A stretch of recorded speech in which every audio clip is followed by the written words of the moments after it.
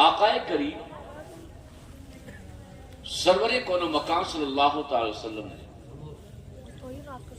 کوہ صفا پر کھڑے ہو کر قریش کے بڑے بڑے لوگوں کو بلایا، دعوت دی، قریشی وہاں پہ جمع ہوئے، اہل قریش آئے، میرے آقا صلی اللہ تعالی وسلم نے ارشاد فرمایا میں اللہ کا نبی ہوں، میں اللہ کا پیغمبر ہوں، اللہ نے مجھے نبی بنا کر بھیجا ہے، اللہ نے مجھے رسول بنا کر بھیجا ہے، تم میری نبوت کو مان لو، تم میری رسالت کا اقرار کر لو اور میرے کہنے پر بن دے کے خدا کو مان لو۔ توجہ ہے؟ جب میرے آقا صلی اللہ تعالی وسلم نے یہ بات کہی تو اکثر لوگوں نے آپ کی بات ماننے سے انکار کر دیا، اکثر لوگوں نے اس حق اور سچ دعوت کو ماننے سے انکار کر دیا، بعض لوگوں نے فوراً آپ کی دعوت کو قبول کر لیا، مگر ان بعض میں بعض ایسے تھے جنہوں نے ایک بات کہی، کہا اگر آپ اللہ کے رسول ہیں، اللہ کے پیغمبر ہیں، تو ہم نے کتابوں میں یہ پڑھا ہے کہ جو رسول ہوتا ہے، جو پیغمبر ہوتا ہے، جو نبی ہوتا ہے، وہ اپنے ساتھ اپنے دعوے کی تصدیق کے لیے کوئی نہ کوئی معجزہ لے کر آتا ہے۔ توجہ، جیسا کہ آپ کا دعویٰ ہے کہ آپ اللہ کے نبی ہیں، آپ اللہ کے پیغمبر ہیں، آپ اللہ کے رسول ہیں، تو اسی وقت آپ ہمیں معجزہ دکھائیے تاکہ اس معجزے کو دیکھنے کے بعد ہم آپ کی نبوت کا اقرار کر لیں۔ پوری توجہ۔ جب آقا کریم صلی اللہ تعالی وسلم سے یہ بات کچھ لوگوں نے کہی تو بڑی حیرت ہوئی کہ آج اس پیغمبر سے معجزہ طلب کیا جا رہا ہے جس پیغمبر کو اللہ نے سر سے لے کر پیر تک سراپا معجزہ بنا کر بھیجا۔ آج امت کے کچھ افراد اس نبی سے معجزہ طلب کر رہے ہیں کہ پچھلے جتنے بھی انبیاء گزرے ان کو جو بھی معجزے ملے وہ معجزات میرے نبی کے صدقے میں ملے تھے۔ جب معجزہ مانگا تو قرآن کی یہ آیت فقط لبثت فیکم عمرا من قبلہ افلا تعقلون، میری نبوت پر، میری رسالت پر معجزہ طلب کرنے والوں، یہ جو 40 سال کی زندگی تمہارے درمیان میں نے گزاری ہے، یہ جو 40 سال کی زندگی میں نے جو تمہارے درمیان گزاری ہے، کیا یہ 40 سال کی زندگی کسی معجزے سے کم ہے؟ یہ 40 سال کی زندگی کیا کسی معجزے سے کم ہے؟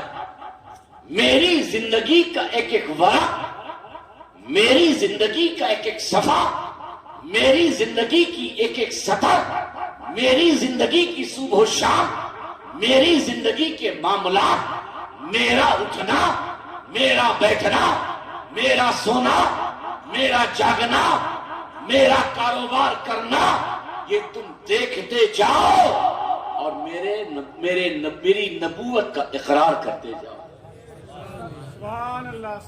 توجہ، جو بات کہنا چاہتا ہوں وہ آگے، اس لیے توجہ۔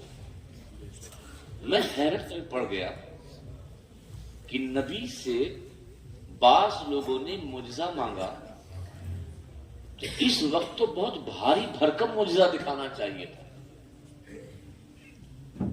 چاند کو دو ٹکڑے کر دیتے, دن تھا تو رات کر دیتے, کنکریوں سے کلمہ پڑھوا دیتے, انگشت مبارک سے چشمے جاری کر دیتے, کوئی زندہ کو پکڑتے اسے مردہ کر دیتے, یا کسی مردے کو زندہ کر دیتے, یا کسی گورے کو کالا کر دیتے, یا کسی کالے کو گورا کر دیتے, یا احد پہاڑ کو حکم دیتے وہ آپ کے قدموں میں آ جاتا, یا کسی درخت کو حکم دیتے وہ مصطفیٰ کے قدموں میں گر جاتا. یہ ہوا بھی, یہ سارے معجزات میرے آقا سے ہوئے بھی. ایک یہودی تھا مدینہ طیبہ میں, اس نے میرے آقا کو روکا, کہا آپ نبی ہیں؟ کہا ہاں. کہا آپ اگر نبی ہیں تو اس پیڑ کو کہیے آپ کے پاس آ جائے. کیا کہا؟ اگر آپ نبی ہیں تو اس پیڑ کو کہیے وہ آپ کے پاس آ جائے. میرے آقا مسکرائے, مدینہ طیبہ میں مسجد نبوی میں مغرب کی نماز ادا کی, مغرب سے عشاء ہو گئی. باہر اس نے صحابہ کرام کو جمع کیا, کہا دیکھو اگر یہ نبی ہوتے تو ابھی پیڑ کو حکم دیتے ان کے پاس چلا آتا. میں نے ان سے کہا میری بات کو انسنی کی, چلے گئے. باہر مجمع لگا کر کے وہ یہ گفتگو کر رہا تھا, نبی کا مذاق اڑا رہا تھا, نبی کی نبوت کا انکار کر رہا تھا. صحابہ کرام میں بے چینی پڑ رہی تھی. آقا کریم باہر آئے, صحابہ کرام نے سارا ماجرا سنایا. میرے آقا مسکرائے اور کہا کہ اس یہودی کو بلا کر لاؤ.